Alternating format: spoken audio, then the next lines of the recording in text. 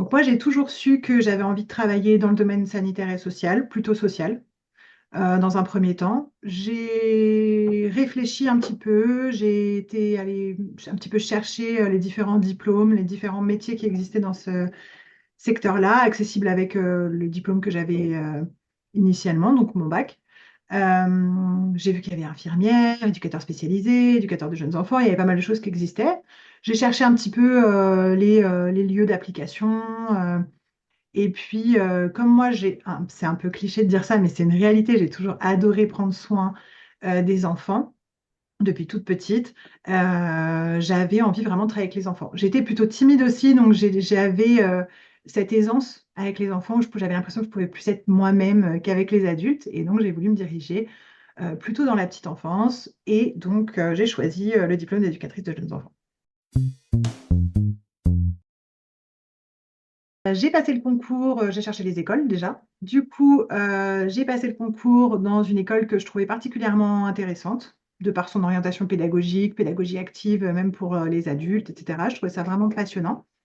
Donc, j'ai passé le concours dans cette école, je l'ai obtenu et j'ai choisi de faire ma formation en alternance.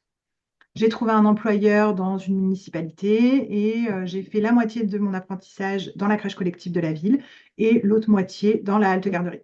Pendant ma formation, j'ai eu l'occasion du coup de faire deux stages qui ont été vraiment super enrichissants. Un dans une école maternelle Montessori, euh, très ancienne, une des premières écoles Montessori qui a été créée en France. Donc c'était vraiment une expérience hyper enrichissante où j'ai découvert une autre façon d'accompagner les enfants dans les petites classes de maternelle.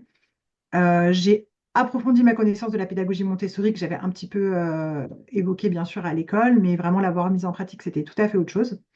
Et j'ai fait un second stage dans un centre maternel à Paris, donc là, plutôt protection de la mère et de l'enfant. Euh, et pareil, ça a été la découverte du travail pluridisciplinaire d'une manière différente aussi, hein, avec les éducateurs spécialisés, la protection de l'enfance, etc. Donc ça a été deux expériences très enrichissantes.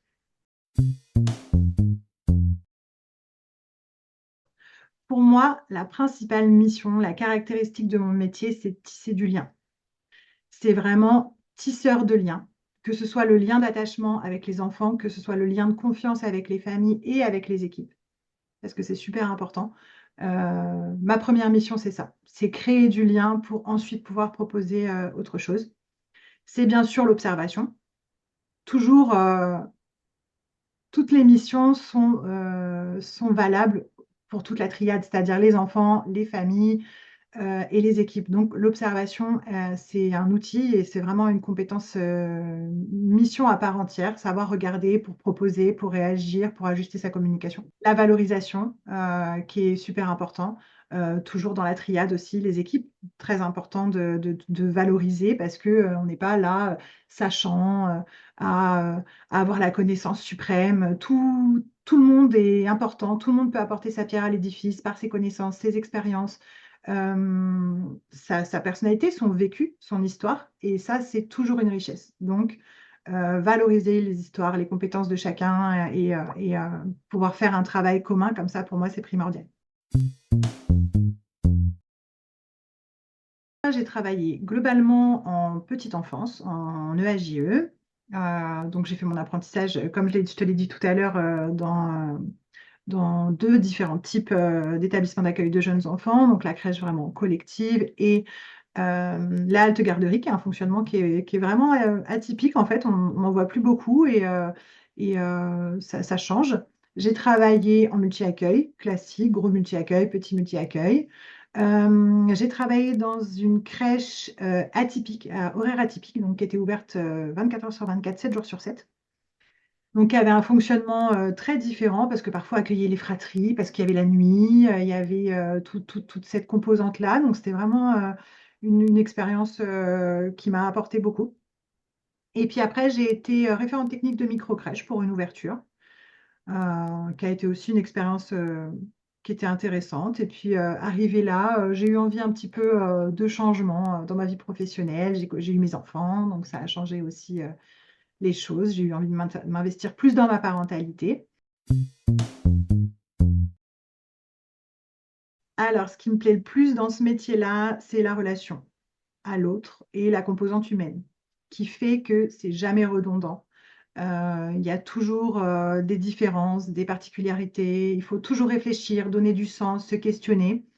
Et moi, j'aime pas m'ennuyer, j'aime pas quand c'est répétitif. Et quand on travaille avec des personnes, ça peut jamais l'être. Donc ça, c'est la partie que j'aime beaucoup. Continuer toujours à évoluer. La petite enfance, c'est un milieu qui continue de grandir. On continue de se questionner sur comment fonctionne l'enfant, la place du parent, la place dans la société, etc. Et donc, il y a toujours des choses qui sortent, des ouvrages, des articles, la législation qui évolue. Et voilà, ce côté où on continue d'apprendre et de grandir toute sa carrière, c'est quelque chose que j'aime beaucoup. Effectivement, j'ai rencontré des doutes. Il y a eu des moments où je me suis demandé si j'avais choisi le bon métier, carrément. Ça a été beaucoup lié à la réalité du terrain, qu'il ne faut pas, je pense, idéaliser.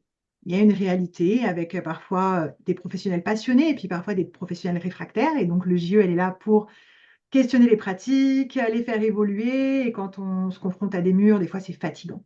C'est fatigant. Euh, donc ce sujet-là a pu m'amener à me questionner parfois. Et puis, ben, de temps en temps, ça fonctionne super bien. On met des choses en place, on voit des personnes évoluer. Et là, c'est magique, quoi. Alors, mon conseil pour les futurs diplômés, c'est de toujours se questionner, toujours se remettre en question, jamais rester assise sur ses acquis. Écouter les autres, parce qu'ils ont toujours des choses intéressantes à apporter. Être celle qui apporte le changement. Parce que parfois, en tant que JE, on peut euh, éviter de se positionner comme ça pour justement éviter les conflits, de pas plaire, etc. Alors que je trouve qu'on est le métier qui défend les valeurs, qui se bat pour un meilleur accueil, une meilleure qualité, un plus grand respect. Et il ne faut pas oublier cette composante-là. Il faut être celle qui apporte le changement et qui se bat pour ce changement. Si j'ai une chose à ajouter, c'est juste que c'est peut-être pas un métier facile, mais que c'est un métier qui est essentiel.